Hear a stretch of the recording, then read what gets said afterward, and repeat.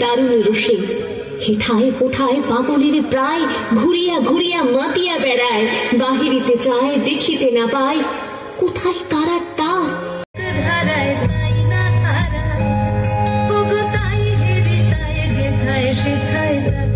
আমি যেদিক পানে মানুষ আছে প্রাণে, সকল খানে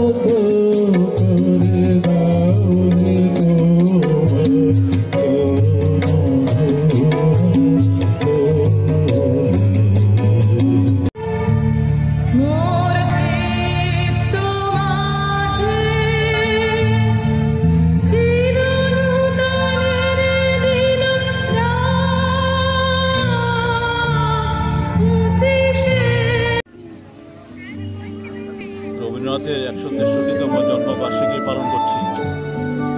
এটা আমাদের দেশে বিভিন্ন জায়গায় এবং ত্রিপুরাতেও আমরা সেটা অনুষ্ঠিত করছি। আজকে এই রাজ্যের বিভিন্ন অঞ্চলে রবীন্দ্রনাথের স্মরণ করতে গিয়ে বিভিন্ন অনুষ্ঠানের আয়োজন করা হয়েছে। তথ্য সংস্কৃতি দপ্তরের পক্ষ থেকে রাজ্যের আগরতলা দুটি জায়গায় আজকে কবি প্রণয়ের অনুষ্ঠান আয়োজন করা হয়েছে। একটি হচ্ছে প্রভাতী অনুষ্ঠানের আয়োজন, সেটা হচ্ছে রবীন্দ্র কানন, যেখানে এই প্রভাতী অনুষ্ঠানটা অনুষ্ঠিত হচ্ছে। দ্বিতীয় পর্যায়ে আজকে সন্ধ্যের সময় আমাদের রবীন্দ্র শতবার্ষিকী ভবনে আরেকটি অনুষ্ঠান এর আয়োজন করা হয়েছে।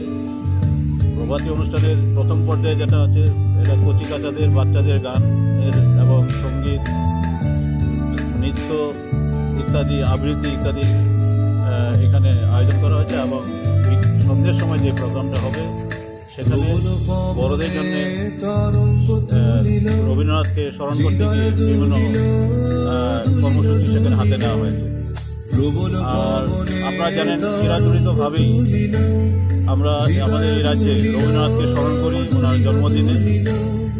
আমাদের এই রাজ্যের একটি গর্ব, আমরা যারা বিভিন্ন ভাষাভাষী আছে, বাংলা ভাষাভাষী শুধু নয় এবং অন্যান্য ভাষাভাষী যারা আছে, রবীন্দ্রনাথের যত সৃষ্টি আছে সবগুলি কিন্তু বিভিন্ন ভাষাভাষীদের ট্রান্সলেট হয়েছে। আমাদের এই রাজ্যে ককরক ভাষাতেও রবীন্দ্রনাথের গান এবং কবিতা ইত্যাদি কিন্তু সেখানে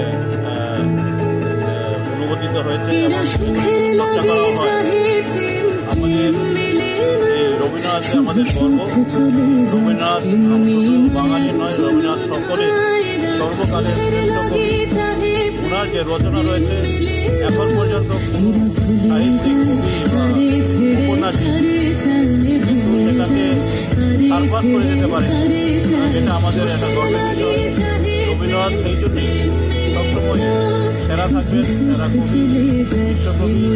এবং সঠিকভাবে আমরা আজকের এই দিনটি উদযাপনের মাধ্যমে ওনার প্রতি শ্রদ্ধাঞ্জলি জ্ঞাপন করার উদ্দেশ্যে আমরা এখানে সমবেত হয়েছি। ধন্যবাদ। Subscribe to Tripura Info and press the bell icon so that you never miss any latest updates and news on Tripura.